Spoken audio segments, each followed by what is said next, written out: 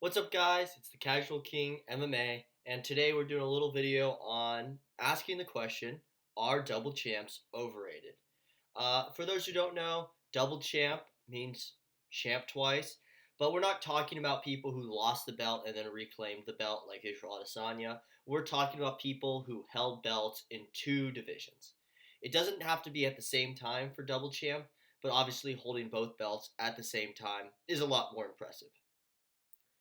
I'm not a big fan of the double champ status, the double champ mythos.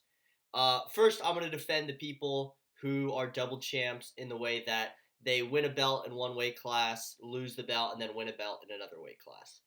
I like this a lot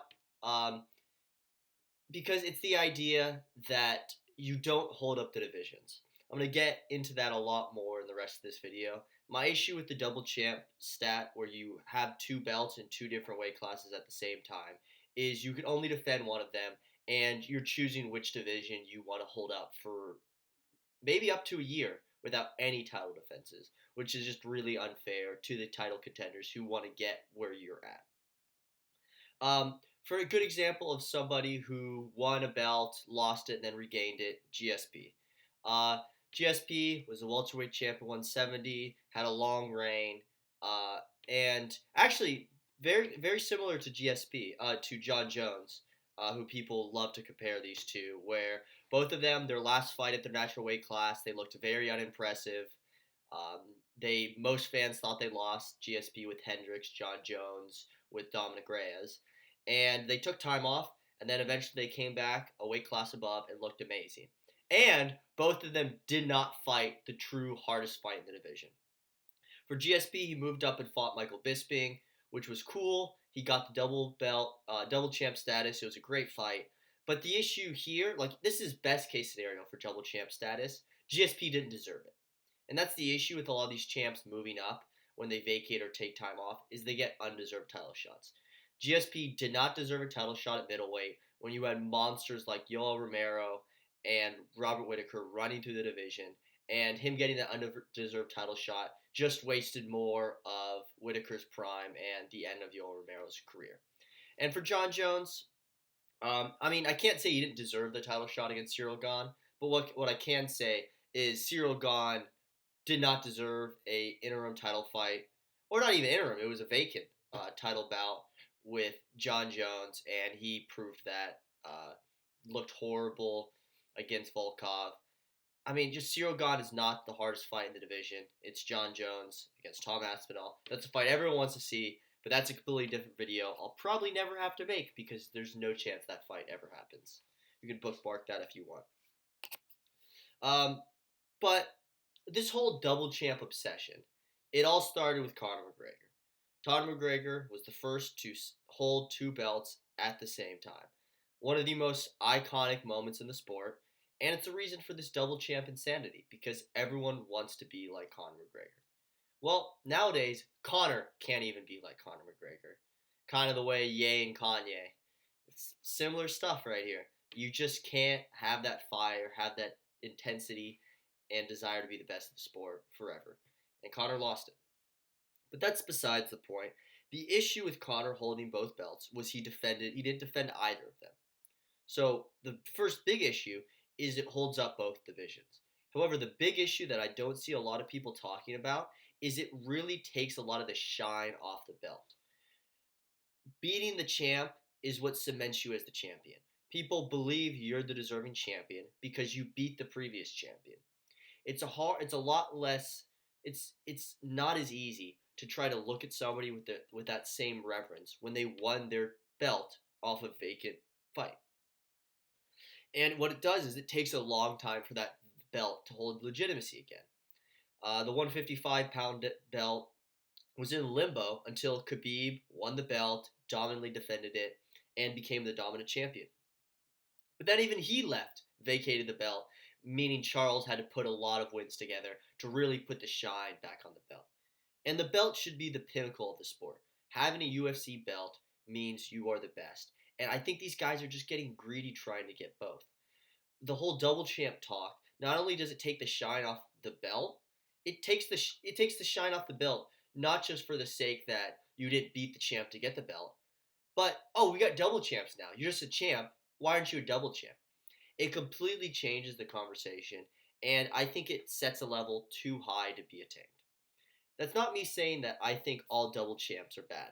I personally believe that Pantoja and Marab is the fight to make. Give Pantoja a shot at the double champ status.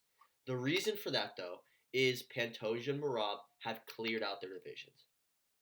Pantoja has been so dominant and he's 6-0 basically against the top 5 in that division. He's been so dominant that the UFC had to sign Kai off the not the regionals, but they had to sign a non-UFC fighter and gave him a title shot because Pantoja had no one to fight. And while Marab only has one title defense, because he was friends with Aljamain Sterling and didn't want the title shot for some reason, we're here now. It doesn't matter. It's all good. He beat Umar. The fact is, he beat everybody. He's beaten everybody.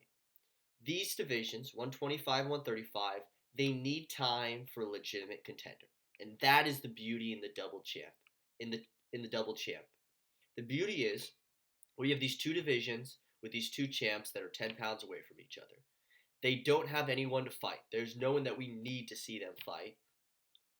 But they can fight each other. I think this is a great fight. I think Pantoja is someone who can actually match the cardio of Marab. Pantoja kind of Marabs people in his own way. A lot more control time. He loves getting the back. But I find that a very dangerous fight against Marab, and I think it's a fight that can go either way. So you have the entertainment factor, and they both deserve the double champ status. I know Marab's not fighting for double champ, but they both deserve it. They beat everybody. Let's have them fight each other, and in a year from then, a number one contender will emerge in both divisions, and they'll have people to fight. So that's some of the good things about it.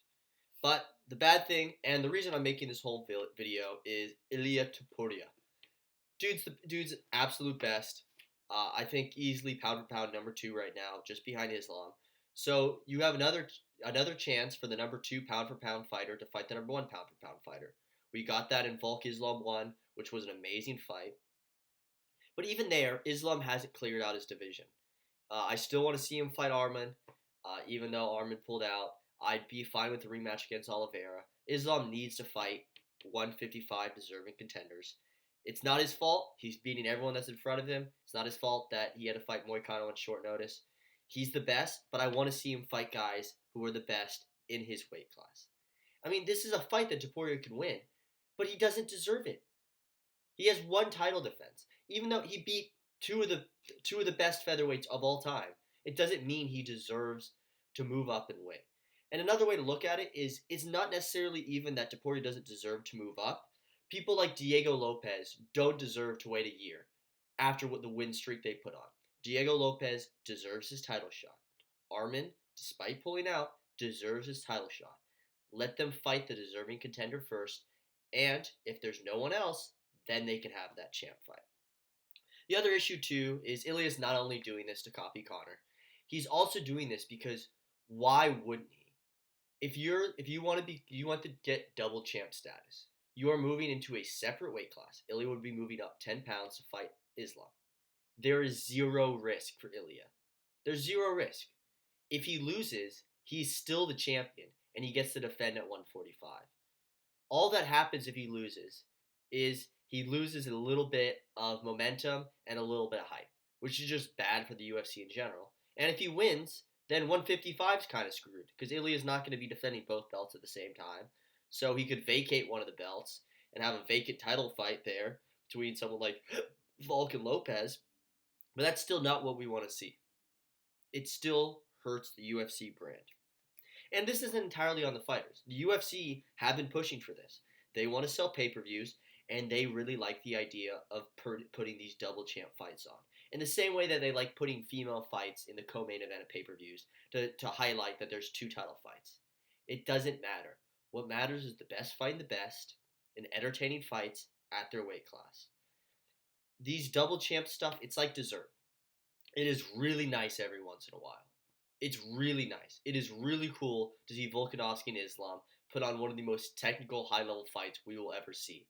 But you can't get this all the time. You can't eat dessert 3 meals a day and expect to still be the best. You can't.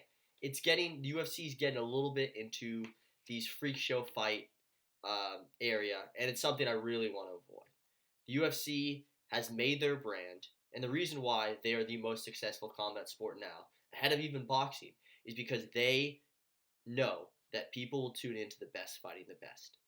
In boxing, the issue is you have a lot of guys trying to defend their zero, taking easy matchups and getting undeserved title shots. In the UFC, it is very hard to earn a title shot. You have to beat killers all the way up.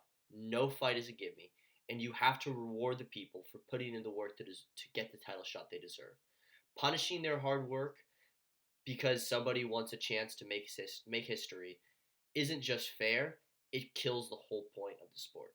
The whole point of the sport is improvement. It's seeing, can I be the best? What can I change? What skills can I add so I could beat the champ?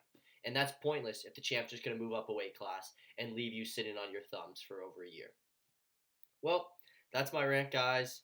Nothing too big, but just praying no Islam Ilya for at least a year. And let's get Merab Pantoja. I think that's a banger. I think we'd all love to see it. And if not, well, you can always leave a comment on why I'm an idiot. I'll appreciate that. It's a Casual King. Peace, guys.